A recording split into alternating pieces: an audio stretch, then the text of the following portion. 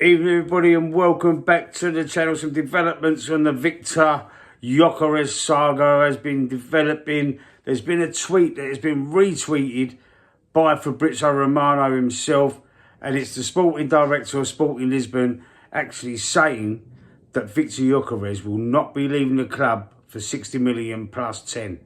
So that might have been the verbal agreement that they apparently had and come to at the end of last season. Stay one more year and we'll let you leave for this, blah, blah, blah, verbal agreement. But he's come out and said publicly that Viktor Gyökeres will not be leaving for that kind of money. Viktor Gyökeres himself has done a video. I see it. I think I see it on Facebook. It's been reposted all over the place, all over social media. And in the video, he has stated that he doesn't want to go to any other club. He doesn't want to stay at Sporting Lisbon. He wants to come to Arsenal. It's the only club he's interested in going to. But he doesn't want to stay at Sporting either. So he's basically, in the video, he also said that, listen, if it doesn't happen, as if he was speaking to us, the Arsenal fan base. And he's basically said, if it doesn't happen, it's not my fault. I see that video. Go and search it up. It's trending. It's everywhere. Plus this tweet from the sporting director of Sporting Lisbon as well, that was it's been reposted by loads of different fans, loads of different journalists. It's all over Twitter, or X as you call it now. But what can you take from that? They're digging their heels in Sporting Lisbon. They want the money for Gyökeres. Sometimes you've got to think about it from their point of view. They've got a major asset in Viktor Gyökeres, scoring 30 plus goals the last 2 seasons, including assists. You know, the goal contributions are in their 40s over the last 2 years. They're not going to want to lose a player like that for cheap. But I don't think that's cheap anyway. 60 million plus 10, that's 70 million. That's not cheap anyway, of anyone's money.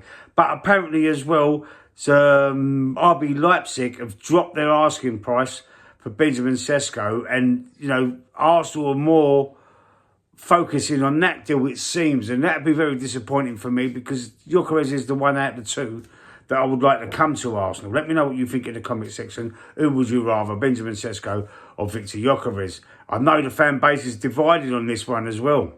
It is divided straight down the middle. When I've done things, asked questions, asked fans, asked friends, done polls, it is absolutely divided straight down the middle. And, you know, thinking about that, it might be a difficult decision. It's got to be worth it to the club financially as well. And I honestly believe that Benjamin Sesko, for me, doesn't change the team in the same way as what a Viktor Gyökeres would. As I said before, like, it's like having another Havertz with Benjamin Sesko, a player that plays up front but likes to drop deep, you know, into a more of a false 9 or even a 10 position. With Gyökeres, he's more of an out-and-out striker, centre-forward, old-fashioned, up front, stays in the box or on the edge of the box, on the shoulder of the last defender, and can finish. Very clinical striker, very deadly finisher. Reminds me a little bit of Robbie Fowler back in the day. Deadly in front of goal. Brilliant, brilliant striker. And that's what Arsenal are missing. That's exactly what Arsenal are missing. We know we need some cover for Saka. We know we need another left winger. The midfield's starting to come together with Zubimendi. Going to be confirmed in the next few days or so. There's another defender, Valencia defender we're going for. Is it Maresca? I can't remember his name. Someone in the chat will tell me, or in the comment section will tell me that. There's another centre-half we're going for. There, another defensive player.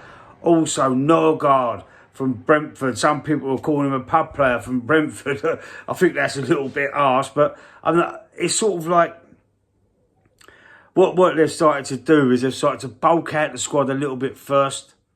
This is what I think is happening, and the big business is going to happen in July after the financial year restarts, because it starts on the 1st of July. Apparently, I didn't know this until this season, but apparently the financial season for the clubs starts on the 1st of July for the FFP and the profit sustainability rules, etc., etc.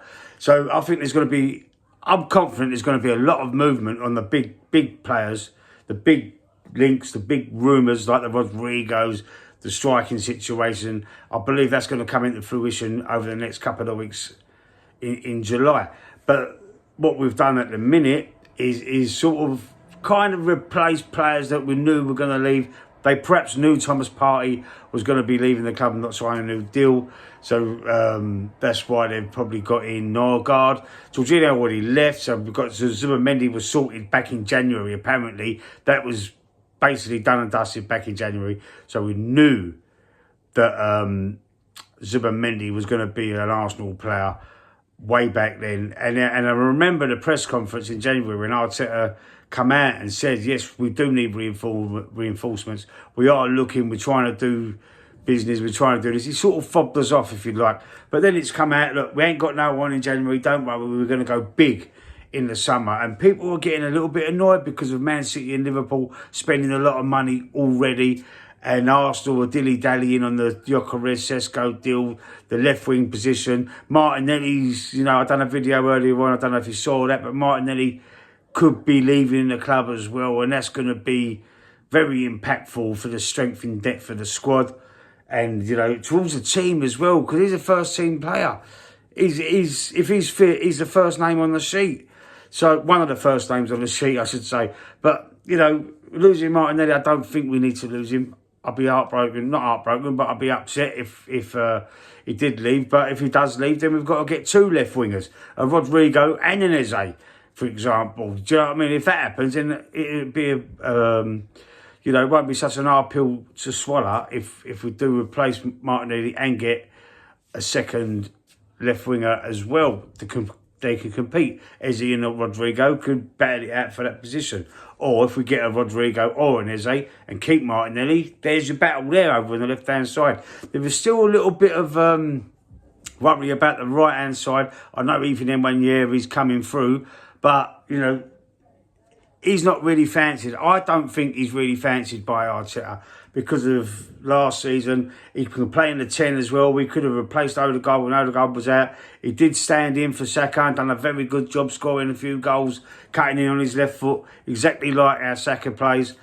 So he might be thinking that he's a ready-made replacement, but in my eyes, he's a perfect replacement or backup for Saka. In Arteta's eyes, he might have piped up a little bit. There was rumours of a little bit of a dispute between the two towards the end of last season. That's why he didn't get a lot of game time towards the end of last season. We've signed up Miles Lewis-Skelly to a long-term deal, Gabriel Magalhaes to a long-term deal. Saliba's contract or offer or whatever is still ongoing. Saka needs to sign a new deal as well. He's only got 2 years left himself, but I think Saka's Arsenal and he's like another Mr. Arsenal. I think he's going to sign a contract. There'll be a great deal on the table for him pretty soon, I am sure. But this Gyökeres deal, hopefully someone at Arsenal has seen that tweet, has seen Gyökeres' video and is taking notice. Because it seems to me that Gyökeres will come to the club for whatever Arsenal offer him. Whatever ways that he wants to come to the club. And with a player like Sesko, who wants to install a buyout clause or a release clause in his contract, for me, that sends alarm bells. Let me know what you think in the comment section. Stick a like on the video, subscribe if you haven't already, and I'll see you on the next one.